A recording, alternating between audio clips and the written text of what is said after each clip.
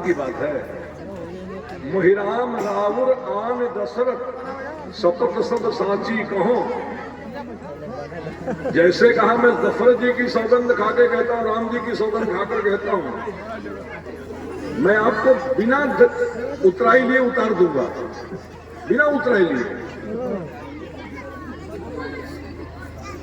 बिना उतराई लिए उतार दूंगा। लक्ष्मण जी की आंखें तन गई। दरिद्र समझता है क्या हमको? बाप तक चला गया, किसी नौका से पार करना बाप तक चला गया। तब वो कितना बढ़िया बोला कि बरुतीर मारे लखन पे।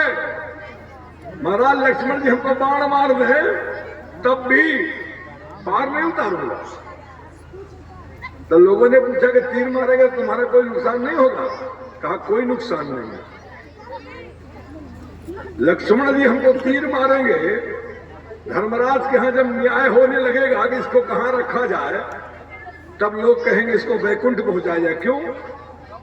तीर ये मारेंगे तब परम पिता परमात्मा प्रभु श्री राम जी सामने खड़े हैं। लोग कहते हैं मरते समय राम जी का नाम मुख में आ जाए तो मुक्ति हो जाती है, आई तो सामने में खड़े रहेंगे। और लोग कहते हैं मरते समय गंगा जी का एक बूंद जल मुख में पड़ जाए तो मुक्ति हो जाती है, तो गंगा के किनारे मरेंगे। और मारने वाला कोई ऐसा तैसा नहीं, जीवों का आचार्य होगा लक्ष्मण जी है। तो महाराज हमको मरने का डर नहीं है। अच्छा, जिसको मरने का डर नहीं हुई तो भगवान से संवाद कर सकता है, हा? मरने का डर हटा दीजिए दिमाग से, तब भगवान से संवाद बढ़िया होगा। तब मरने का डर, जब एकादशी का व्रत करती है बहन जी लोग, तब मरने का डर होता तो भगवान के लिए एकादशी कर पाती है। निराजल व्रत करती है तो मरने का डर होता तो कर पाती है।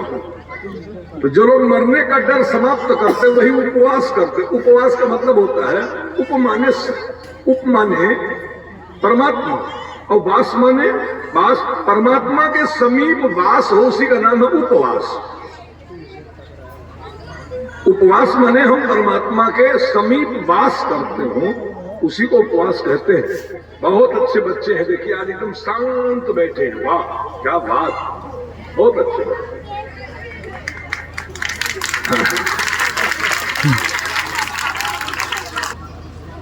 भगवान बोले भैया जल्दी करो, हमारा चरण पखारो। बेग आन जल पाए पखारू, हो तो विलंब उतारी पारू। भगवान शंकर जी कहते हैं भवानी पार्वती, जास नाम सुमरत एक बारा, उतर ही नर भव सिंधु अपारा।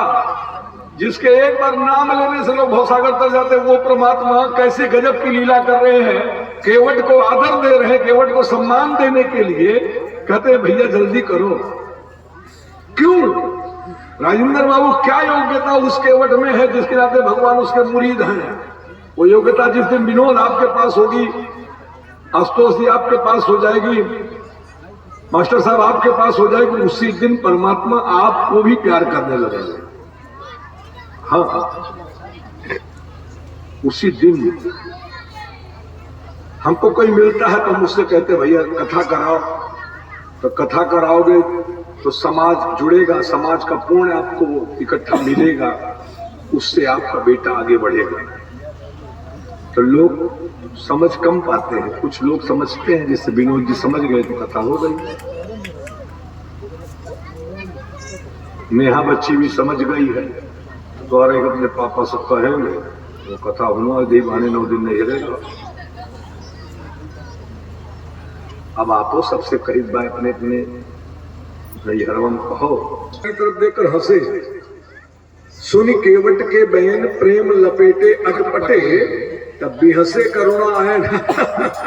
ऐसा करके हंसे, भी हंसे करुणा आए। जैसे भगवान ठहाका मार के हंसे, बनवास के दूसरे दिन की घटना है। सब दुखी हैं तो भगवान दुखी हो गए ऐसा मानकर चल रहे हैं लक्ष्मण जी और सीता जी। लेकिन बिहसे करुणा है, चितहे जानकी लखन तन। एक बार सीता जी को देखा, एक बार राम जी को, लक्ष्मण जी को। कृपा सिंधु बोले मुस्काई, भगवान केवट के सामने मुस्कुराए अब भगवान केवट के सामने बिहसे। क्या गुण था केवट में साहब कि जिसका राजपाट छिना हो, वनवास हुआ हो, उसको हंसा दे। कोई तो गुण रहा होगा। भगवान लक्ष्मण जी को देखकर इसलिए हंसे कि बचपन की घटना है।